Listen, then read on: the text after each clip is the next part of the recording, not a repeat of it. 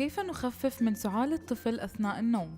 سعال الأطفال في الليل غير مريح للأم والطفل، لذلك إليكم الطريقة التالية للتخفيف من السعال. نضع ماء صحي في سرنج، وأثناء نوم الطفل نضخ بلطف كمية قليلة من الماء داخل فم الطفل.